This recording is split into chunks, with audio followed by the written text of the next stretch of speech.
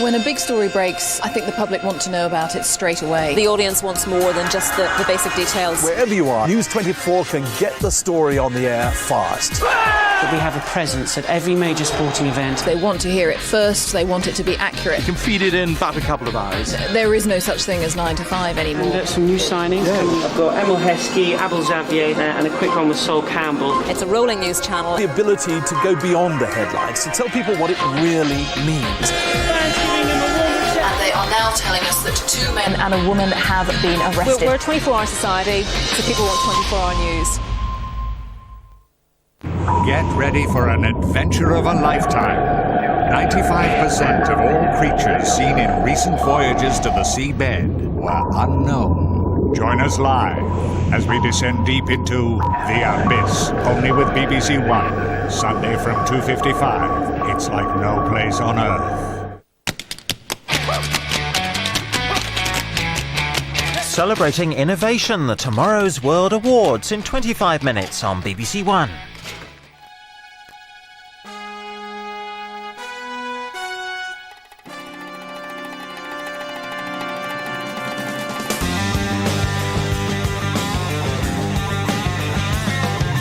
Tonight, This Is Your Life plans to rock a high roller in the world of music. A man who topped the charts with one of the smoothest voices around. Take it from me, Shaka Khan. He's got a great voice and looks to match. As a child, our subject underwent years of speech therapy because of a frustrating stammer. But when he sang, the stuttering stopped. Since then, there's been plenty to shout about.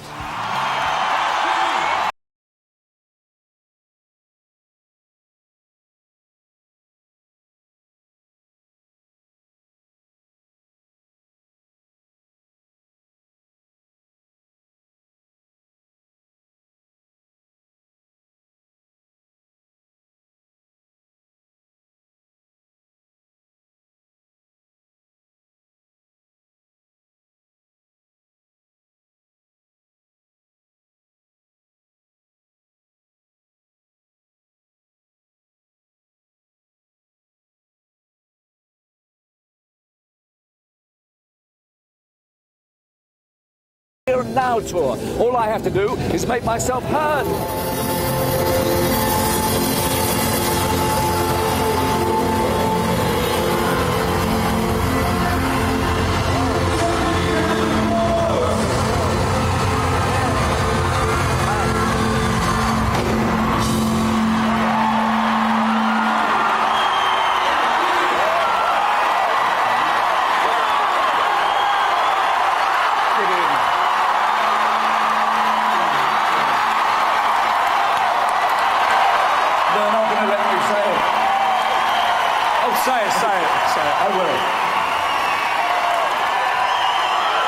Ladies and gentlemen,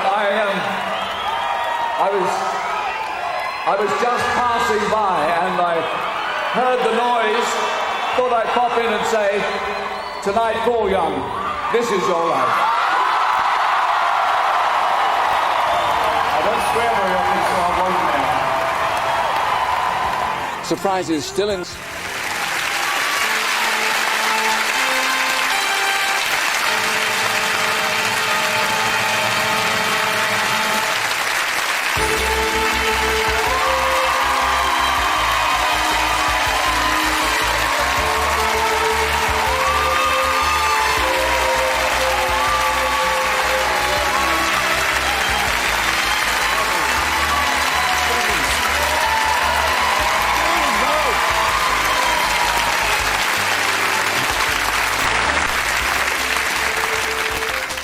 Now, Paul, you hit the big time with your #1 Wherever I Lay My Hat, but it was jeans that made your wife famous because she modelled them. And guess what? She is here with your children Levi, Layla and Grady Cole, your wife Stacey.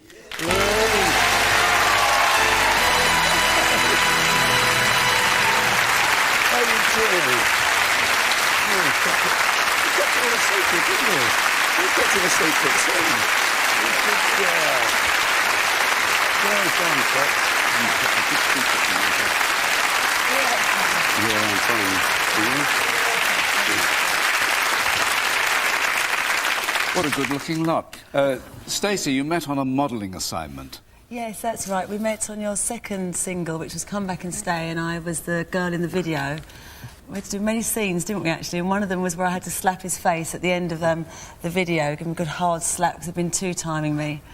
And you wanted to come back and stay, didn't you, darling? I did, yeah. And slapped some sense into me, didn't you? And the video director just said, you know, if we keep doing these sort of half-hearted slaps, we're not going to get anywhere. Can you just make it look real? And that's what happened. It's one big slap. And here is that touching moment, along with some other highlights from the Paul Young portfolio. Why don't you come back? Please hurry. You start, Youngie, and I'll follow. I'm looking for some action, and I ain't gonna hide. 'Cause my baby's walked away, and I'm so...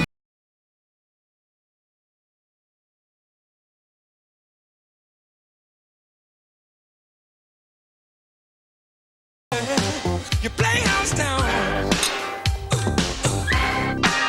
Pretty soon I'm gonna tear your playhouse down.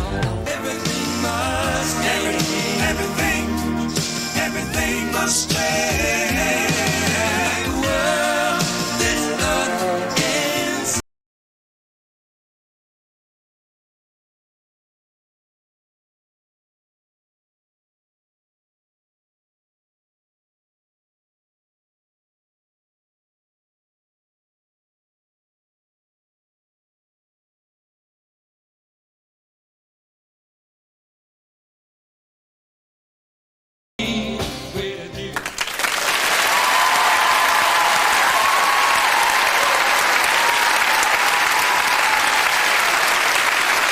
In 20 years as a solo artist, Paul, you've scored 7 top 10 hits. You got to the top in America too, and not many British artists can say that. Over to Los Angeles and your friend Chaka Khan. You know, you're one of the greatest singers around. Your voice is like a breath of fresh air. A while back when you first came out, everyone was, that I knew anyway, was in a debate as to whether or not you were black. And of course, you know, that's a great compliment. I can recall the time we worked together when we did Stop On By, you remember? That album is still one of my all-time favorite albums. Paul, you really deserve this tribute. And for such a long time, you've delighted us with your voice. And may you continue to for a long time to come. To put it in a song, ain't nobody does it better than you.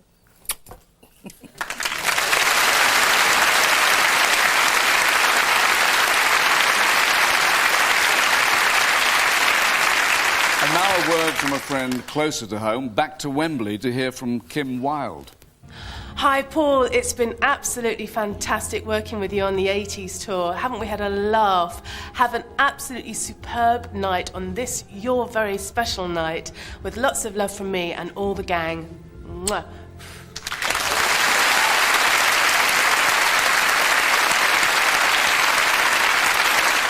So, Paul Anthony Young, this is your life. It began on January the 17th, 1956, in St Mary's Hospital, Luton, with early ambitions to join the legal profession. And there are your proud parents in a supporting role. 27 years later, they repeat the favour by featuring in the video for your 1983 hit, Love of the Common People. 'Cause she's living in the love of the common people, smiles from the heart of a family. With your brother Mark and sister Joanne, your parents, Doris and Tony Young.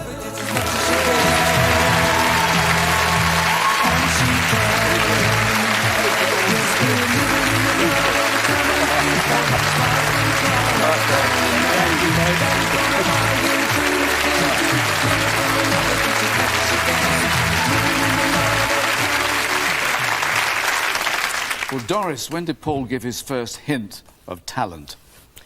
Well, when he was about 4 years old, he loved the Perry Como song Magic Moments, and we were on the top deck of the bus one day, standing at the front, and he started singing it and sang it all through, and the audience clapped, and he turned round and took a bow.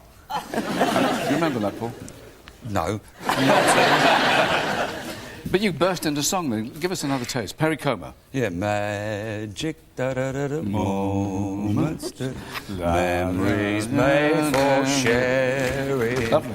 Sounds more like Max Bargraves now, though. I did spoil it a bit. Anyway, You all live in your grandmother's house in Luton until your parents find a place of their own on the outskirts of LA, Luton Airport. You go to Crawley Green Infants and in 1963, Ramridge Wedge Star Junior Singer's going to School. come back, that is. Very nice, though. You're doing well, but Tony, there was a slight problem, wasn't there? Yeah, at that age he developed really quite a bad stammer, and we had to send him along to speech therapy. This must have been very frustrating for you, wasn't it? Yeah, even more so because I wanted to be a singer. But, no, it was, yeah. But after 2 years of therapy, you got it more or less under control, to a great extent. You were able to do something that your older brother was expert at. Mark? Yeah, I could do a good Donald Duck voice. Oh, that's Although right, yeah. It took Paul a while to crack it. It really used to bug me, and I couldn't get it, but... And they like that. That was uncannily like Perry Como. It was amazing. Now, I've heard before that people with the stammer lose it when they sing, and it certainly works for you, because when you're 10, you join the choir of your local church, St Francis, and in the lineup with you was your schoolmate Fred Daniels. Fred, you were professionals, really? Yes, we used to get equivalent... We used to get equivalent to 50p a wedding, and Paul disappeared for a couple of weeks, and when I caught up with him, he told me he was singing down the town at St Mary's Church, and he was getting £1 a wedding. So I joined him. Well, a favourite TV show for the young Paul Young was the Western series Bonanza, the old Ponderosa. Oh, yeah. You really got into the spirit of things, because here is one of your first video performances back at the Last Chance Saloon.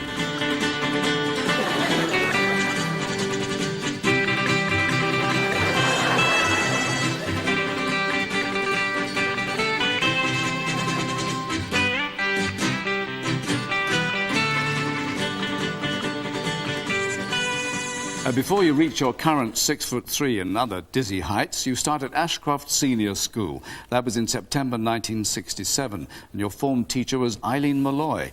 Eileen, you and you as well. Yes, it was my first day and my first teaching job. I don't know who was more nervous, Paul, freshly scrubbed, angelic looking, or me. But he was a keen student, always had a very cheeky way with him. Fame never changed him.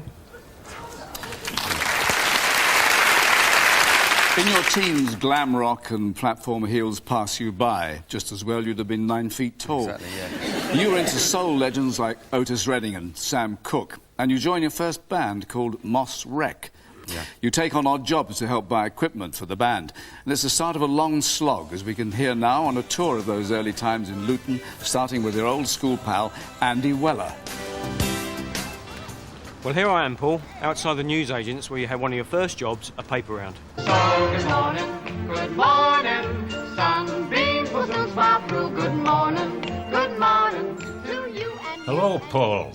It's a long time since we employed you as a paper boy. I remember that you had problems getting up in the morning. And also in the round you had problems with the geese.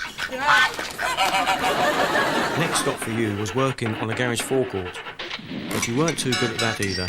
You kept spilling battery acid and ruined all your clothes. Your next job was hot stuff too, in a chip shop.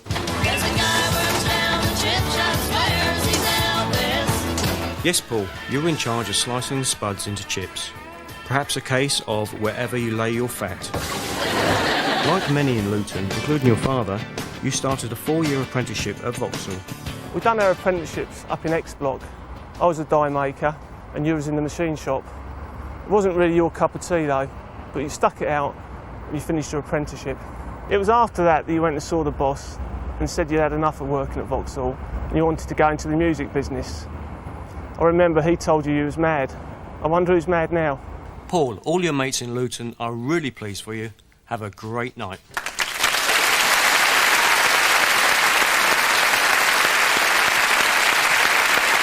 And now say hello again to Andy Weller and Bill Baldry. Oh, brilliant.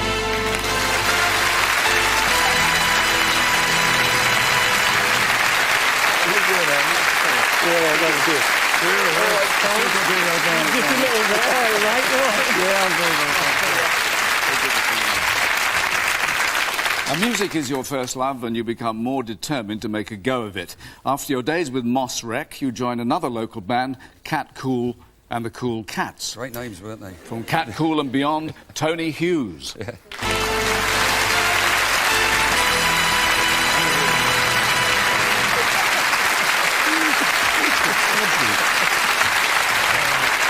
So Tony, Paul was in the background. Yeah, he was, when he first joined the band, he was a bass player.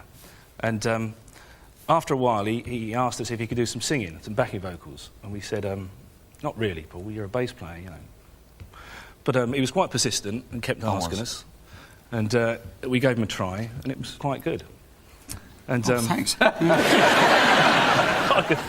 and he kept pushing us, and we, you know, kept fobbing him off, really. But he said, look, I want to do some singing. I'd like to put the bass down and do some real singing. And it was a case of, you know, wow, what a voice. and that was how I got the job, being frontman. That's it. Brilliant. Thank you very much.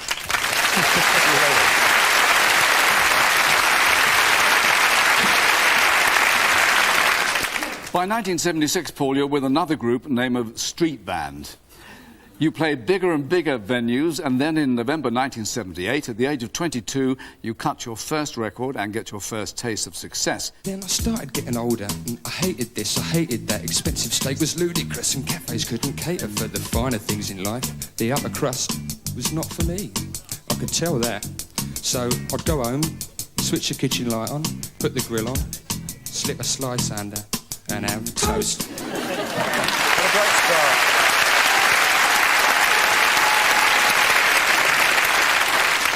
Now, Toast scrapes into the top 20 at number 18, but Mick Pearl, it wasn't meant to be a hit at all. No, it's all the fault of the late, great Kenny Everett, I'm afraid.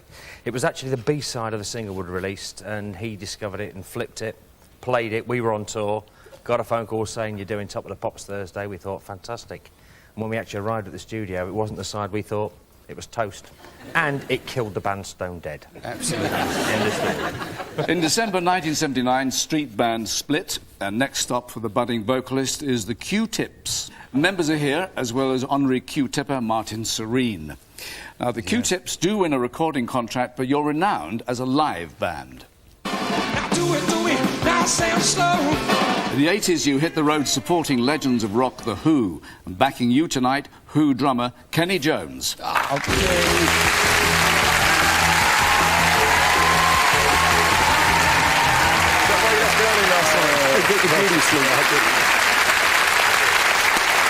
Kenny, how did you reckon Paul and the boys?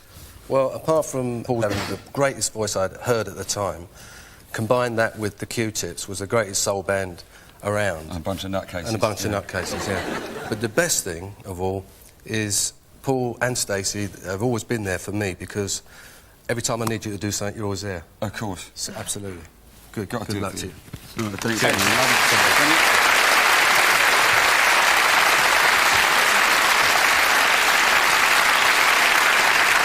All the while, you're looking for success on your own, and you get the chance when you're signed as a solo artist by CBS Records. And then you hit the jackpot. Your version of Marvin Gaye's Wherever I Lay My Hat makes its home at the top of the charts for the whole of the summer of '83.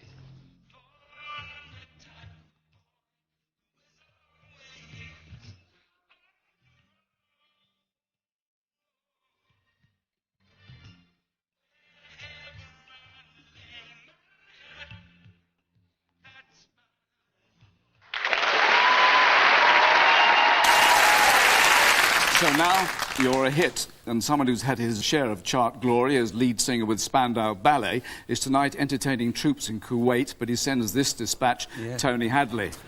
Major Hadders at your service, dear boy. Hello, Paul. Congratulations on your tribute tonight. No, this is not a throwback to the 80s, mate. This is just all in the line of duty. I tell you, I've got some right stories about us. And, you know, do you remember that time we went down the club and we... No, I better not go there. No, I'll tell you what, there was a good one about them two... But no, not that one either. But listen, you're the only bloke I've ever known who wears woolly slippers at home. And you're a perfect gentleman and a great guy. Listen, have a great time tonight, and love to Stacey, and have a drink for us. Take care, mate. Bye-bye.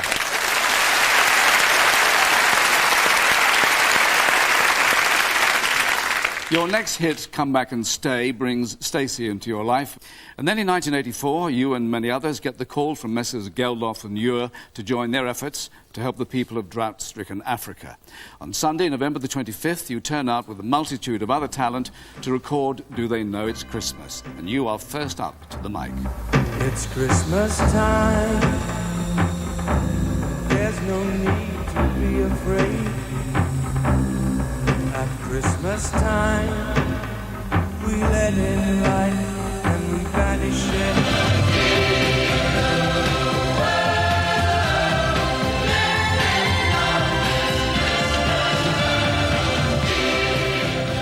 Well, the co-writer of that song sends this greeting, Midge Ure. You're such a live performer that, you know, doing your own thing is not good enough. It doesn't fill that void. So you put together your own little secret band, which I was very honoured to be asked to come along and play guitar at. The band is Los Pacaminos, and we used to play in the most bizarre Mexican restaurants, and it was a ball. It was great fun to do. We even gave each other ridiculous names. You were El Polo Loco, and I was Midges Gracias. Have a fantastic time. Stacey and the kids, big kisses, look after him. He's going to have a ball tonight.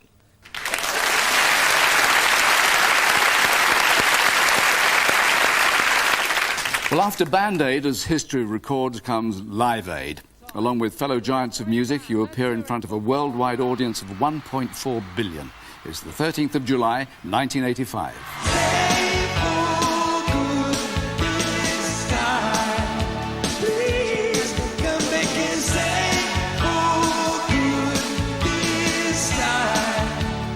The principal orchestrator of that extraordinary event looks back now, Bob Geldof.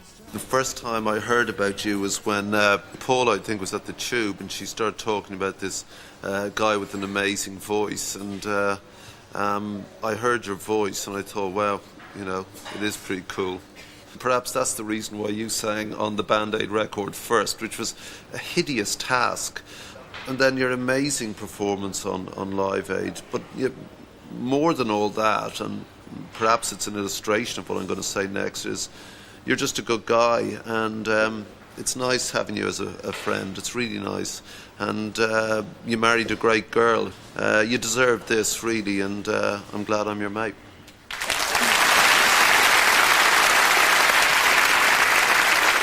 Two years or so after that excitement, on November the 9th, 1987, you and Stacey marry at Lake Tahoe, California. The one and only photo, that is. Yeah. Your special guest was your daughter, Levi. Levi, do any of you plan to go on stage? I think all three of us do. I know Layla wants to do something. What do you want to do, Layla? I want to be a singer. Yeah. What about you, Levi? I'd like to perform, but I don't know what. What about Grady Cole Young? Cowboy. Singer. Cowboy. Cowboy singer. Absolutely. Well, Paul, with all your success and everything that comes with it, you're in a position to help less fortunate children. One story that touched you was close to home. Your old neighbours, Eddie and Marion O'Gorman, lost their 14-year-old son to leukemia in 1987. And Eddie, Paul came through for you. He certainly did, Michael. What I've learnt over the years about Paul is that he really does care for others. When he learned that our son Paul was in hospital, he asked me if he could come to see Paul, and I said, of course you can. When I picked him up, he filled my car up with cuddly toys. And after we had been in to see our son, we went down to the children's ward, if you remember, Paul. The kids had a great time. Paul made a fuss of them. The news got around that Paul was in the hospital, and all of a sudden there was about 200 nurses there, and it was simply a great occasion. Sadly, our son Paul died a few weeks later of leukemia, and we started raising money to help others. Then, unbelievably, our daughter Jean, who had been diagnosed with breast cancer at the same time as Paul with leukemia, died 9 months later. Now, we'd already started raising money, and we were not going to give up. We met Princess Diana, and this lovely lady inaugurated a new charity in memory of Paul and Jean called Children with Leukemia in January '88. The charity now has raised many, many millions of pounds, and one of our greatest supporter, who do you think? Paul Young. Paul, on behalf of everybody at the charity and my family, as Bob Geldof said, you're a good guy. Thank you.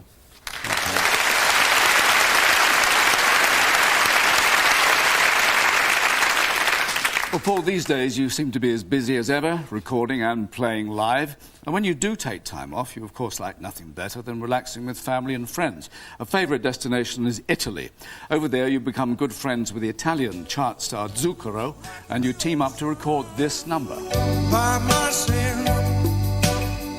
even doing my own cooking. You can laugh at you're forgiven, but I'm no longer frightened to be living. He became godfather to your daughter, Layla. And tonight he was meant to be working in Paris, but when he heard about what we were planning, he changed his arrangements, climbed aboard a plane in Pisa, and hey presto, he's here. Your good friend, Zucchero.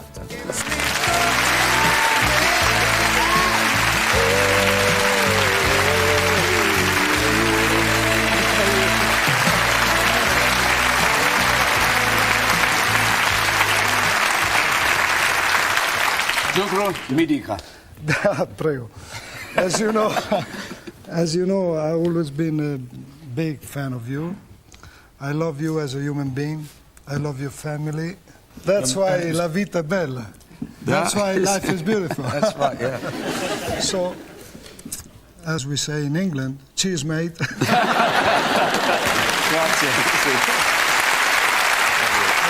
Paul Young, this is your life.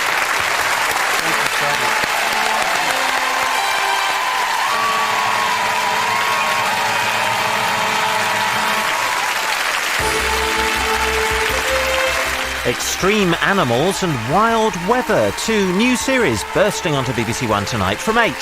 Next, the Tomorrow's World Awards.